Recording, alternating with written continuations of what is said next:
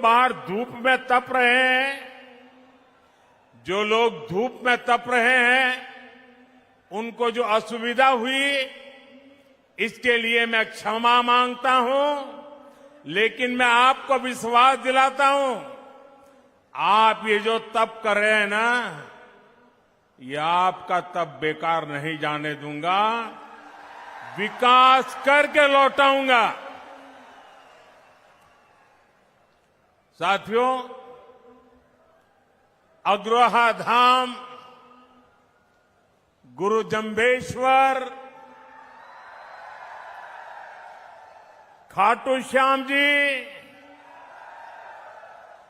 और माता भनभोरी ब्राह्मरी देवी को मैं सर झुका के प्रणाम करता हूं। ये राखी गढ़ी की धरती है। ये क्षेत्र देश प्रेम और प्रकृति प्रेम दोनों के लिए जो बलिदान दिए गए हैं, उसको यहां के लोग आज भी स्मरण करके पूरी मानव जात को प्रेरणा देते हैं। यहां अंग्रेजों की क्रूर तोपों के भी जख्म है, तो यहां पेड़ों की रक्षा के लिए बिश्नोई समाज के तप और त्याग की मिसालें भी हैं। यहां के विकास में स्वर्गीय भजनलाल जी का भी बड़ा योगदान है, आज भी लोग याद करते हैं। और ये मेरा सौभाग्य रहा कि मुझे हरियाणा में काम करते हुए भजनलाल जी के काम को देखने का मौका मिला और चौधरी बंसीलाल जी के साथ काम करने का मौका मिला। और चौधरी बंसीलाल जी मुझे हमेशा कहते थे कि भाई देख, तेरा और मेरा विशेष नाता है। मैंने कहा क्या? और फिर वो मुझे महर्षि दयानंद जी के जीवन के विषय में बड़े भावुक होकर के बातें बताते थे।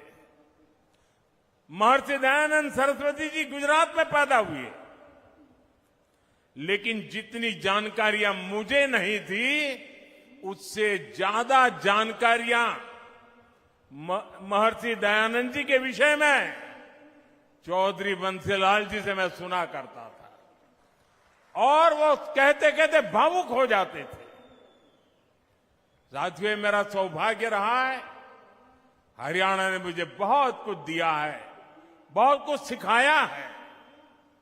मैं हरियाणा के विकास में योगदान देने वाली हर संतान को नमन करता हूं।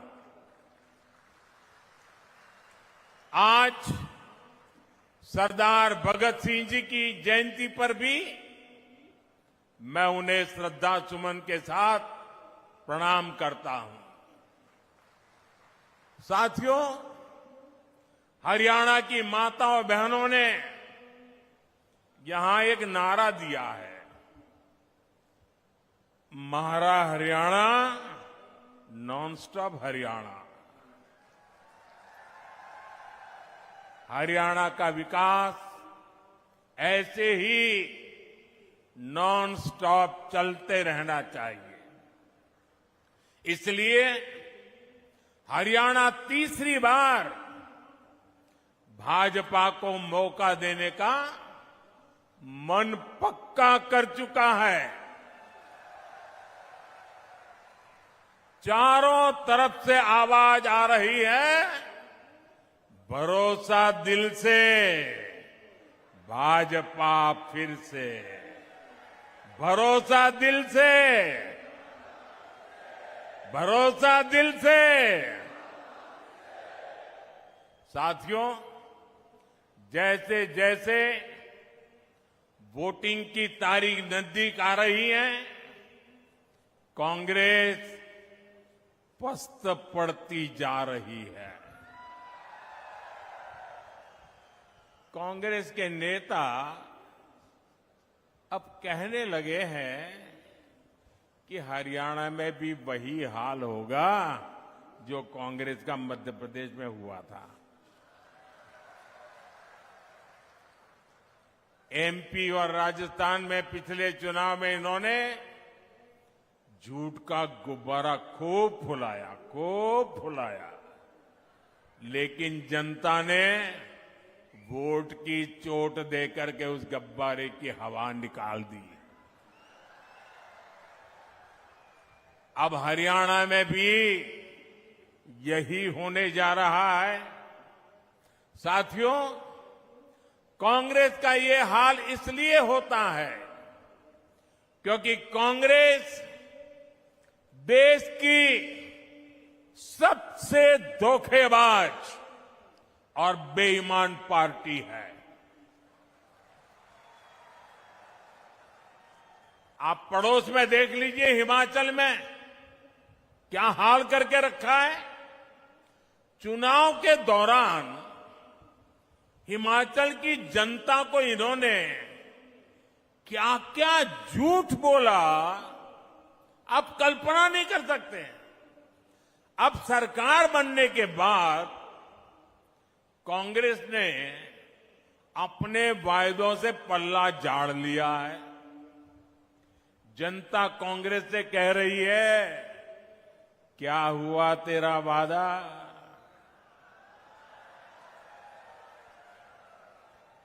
और कांग्रेस जनता से पूछ रही है, तुम कौन? दिल्ली के शाही परिवार ने झूठ बोलकर हिमाचल के लोगों को फंसा दिया। आज हिमाचल में कर्मचारियों को उनकी सैलरी और डीए देने तक इनके पास बजट नहीं है। साथियों, जहां कांग्रेस होती है वहां कभी भी स्थिरता नहीं आ सकती। जो पार्टी अपने नेताओं के बीच एकता नहीं ला सकती, वो राज्य में स्थिरता कैसे लाएगी? आप देख रहे हैं कि कैसे यहां कांग्रेस में मुख्यमंत्री बनने के लिए मारामारी मची है। बापू भी दावेदार है और बेटा भी दावेदार है, और दोनों मिलकर बाकियों को निपटाने में लगे हैं। और ये सब देख करके हरियाणा के जागरूक नागरिक कांग्रेस को निपटाने में लग पड़े हैं।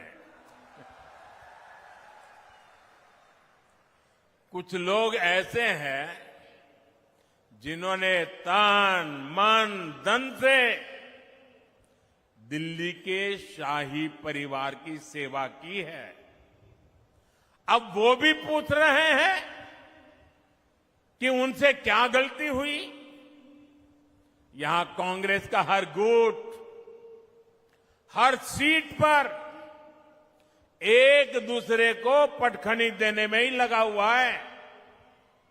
साथियों, इस गुटबाजी के बीच कांग्रेस में दलितों और पिछड़ों के लिए दरवाजे एकदम बंद है। कांग्रेस जानती है कि दलित उसको वोट नहीं देता, इसलिए वो पूरे दलित समाज से नफरत करती है। आप खुद देखिए, कांग्रेस के राज में गोहाना में दलितों पर अत्याचार हुआ, कांग्रेस चुप रही। कांग्रेस के राज में मिर्चपुर कांड हुआ, कांग्रेस चुप रही। कांग्रेस के राज में दलित बेटियों के साथ अत्याचार हुआ, अन्याय हुआ, कांग्रेस चुप रही। आज कांग्रेस का शाही परिवार कह रहा है कि दलित और पिछड़ों का अमेरिका में जाकर के बोले वो दलितों पिछड़ों का आरक्षण खत्म कर देंगे। कांग्रेस ने दलितों पर जो अत्याचार किया है उसे दलित समाज कभी भी भूल नहीं सकता। इसलिए मैं हरियाणा में जहां भी गया मैंने देखा कि कांग्रेस को कोई भी घुसने नहीं देता। साथियों, भाजपा सर्व समाज की भागीदारी सुनिश्चित कर रही है। हमारे मुख्यमंत्री सैनी जी सबको साथ लेकर आगे बढ़ रहे हैं।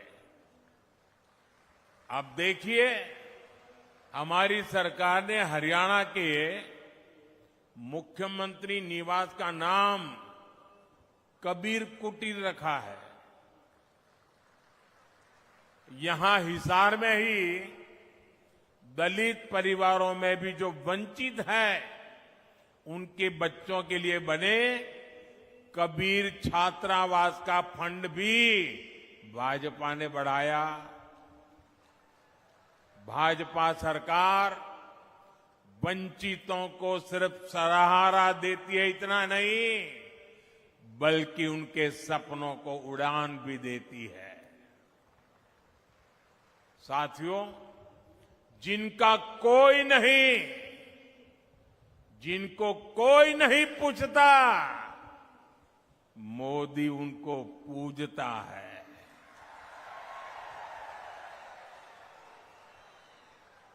आज मुद्रा योजना से हरियाणा के लाखों लोगों को बिना गारंटी के लोन मिले हैं।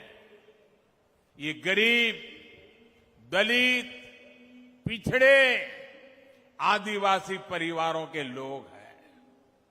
मोदी ने रेहड़ी, ठेले, पटरी पर काम करने वाले अपने भाई बहन का भी ध्यान रखा है। ये कोई धन्ना सेठ नहीं है, ये गांव, गरीब, दलित, पिछड़े परिवारों के मेरे भाई बहन हैं। कांग्रेस ने इनको कभी नहीं पूछा। इनकी गारंटी भी आपके इस बेटे ने ही ले ली है। बैंक में अब उनको गारंटी नहीं देनी पड़ती, गारंटी मोदी देता है।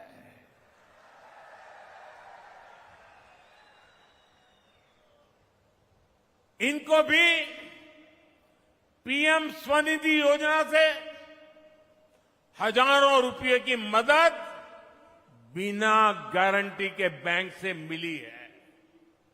साथियों, कांग्रेस इतना बड़ा स्वार्थी दल है कि उसे वोट के अलावा कुछ नहीं दिखता। कांग्रेस ने किसानों को भी हमेशा वोट बैंक के रूप में ही देखा है। कांग्रेस ने हमेशा किसानों को पानी के लिए तरसाया है, जबकि भाजपा उनकी समस्याओं का समाधान कर रही है। मैं हिसार, सिरसा, भिवानी, फतेहाबाद के किसानों की समस्याओं को समझता हूं। हिसार के कुछ हिस्सों में जो सेम की समस्या आ रही है उसकी जानकारी भी सरकार को है। इसका समाधान करने के लिए भी सरकार बनने के बाद प्रयास तेज किए जाएंगे। साथियों, कांग्रेस यहां किसानों के लिए बड़ी बड़ी बातें करती है, लेकिन आपको भूलना नहीं है, हुड्डा जी सरकार तो 2 रुपये के मुआवजे वाली सरकार थी। हर किसान को याद है, ये 2 रुपया मुआवजे वाली सरकार फर्क देखिए दोस्तों, ये भाजपा सरकार है जो बिना मांगे देश के 10 करोड़ से ज्यादा किसानों को पीएम सम्मान निधि हर वर्ष 6,000 रुपया सीधे उनके बैंक में खाते में जमा करती है, उनके सम्मान की चिंता करती है। और वो लोग 2 रुपये का मुआवजा, क्या हमारे हरियाणा के किसानों का अपमान करते समय आपको शर्म नहीं आई? ये सम्मानित किया जाता था।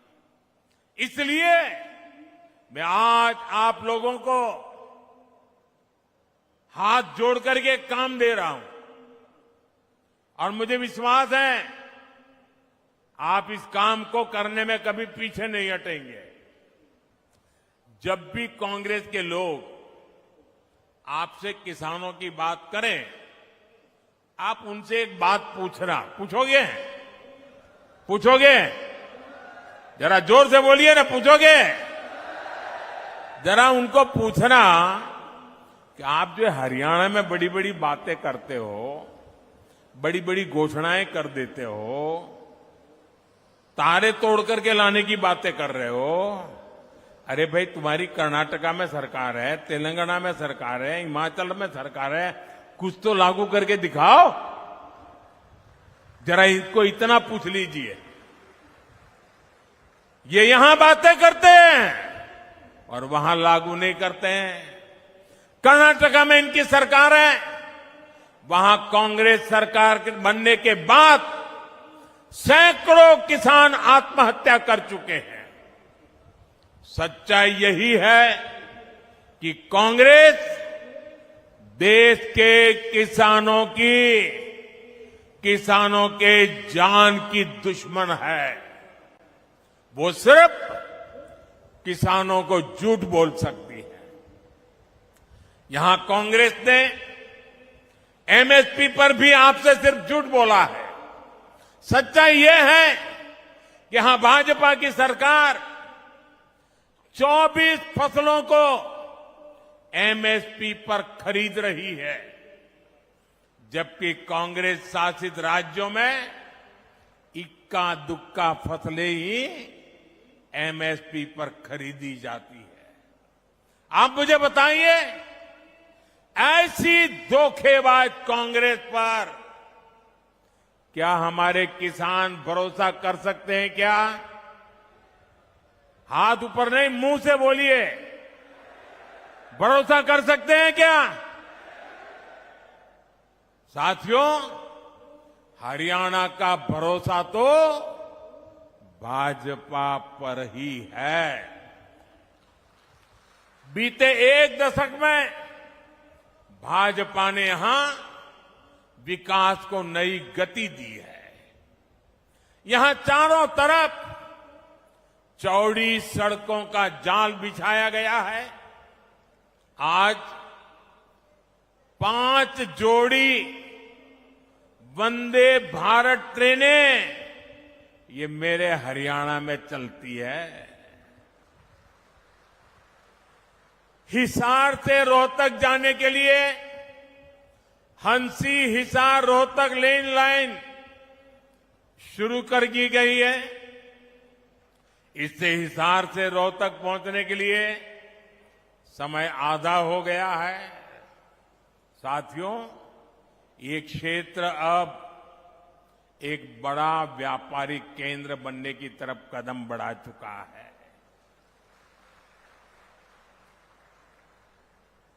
हिसार एयरपोर्ट बनने से यहां नए उद्योगों को बढ़ावा मिलेगा।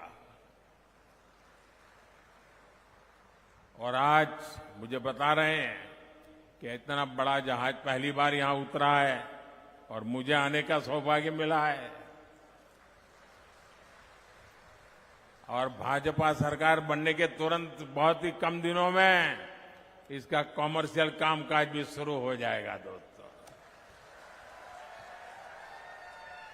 और इसका फायदा व्यापार उद्योग के साथ साथ यहां के किसानों को भी होने वाला है। अब किसानों की उपज आसानी से कम समय में विदेश निर्यात कर पाना संभव हो पाएगा। और आज हिंदुस्तान के किसानों के द्वारा पैदावार की गई चीजें दुनिया के बाजार में गर्व से बिक रही है। इससे व्यापारियों को, दुकानदारों को, किसानों को, हर किसी को फायदा होने वाला है। हमारा प्रयास यही है कि यहां नए उद्योग लगे। हम चाहते हैं यहां दुनिया भर से निवेशक आए ताकि युवाओं को ज्यादा से ज्यादा रोजगार मिले। साथियों, कांग्रेस ने यहां के युवाओं पर भी दोहरा वार किया है। एक तो कांग्रेस के समय में बिना खर्ची पर्ची के सरकारी नौकरी नहीं मिलती थी। दूसरा, घूस देने के लिए गरीब को खेत तक बेचने पड़ते थे। भाजपा ने बिना खर्ची पर्ची नौकरियां दी। और यही बात कांग्रेस को अखर गई है। इसलिए कांग्रेस की भर्ती रोको गैंग ने युवाओं को नौकरियां देने पर ब्रेक लगवा दिया। कांग्रेस की भर्ती रोको गैंग को इस चुनाव में मेरे सभी नौजवान उनको जरा सबक सिखाइए ताकि आपके भविष्य को ताला लगाने का पाप न करे। साथियों, कांग्रेस सिर्फ लूट खसूट ही नहीं करती बल्कि निर्लज्जता से उसका बचाव भी करती है। कांग्रेस के राज में कैसे दलालों और दामाद का ही बोलबाला था, ये मैंने हरियाणा की जनता के सामने रखा। अगर किसी को पछतावा होता, किसी को अगर दो आंख की भी शर्म होती, तो वो हरियाणा की जनता से माफी मांगता। लेकिन कांग्रेस के लोगों ने आपसे माफी नहीं मांगी, बल्कि बड़ी बेशर्मी से दलालों और दामाद का बचाव कर रहे हैं।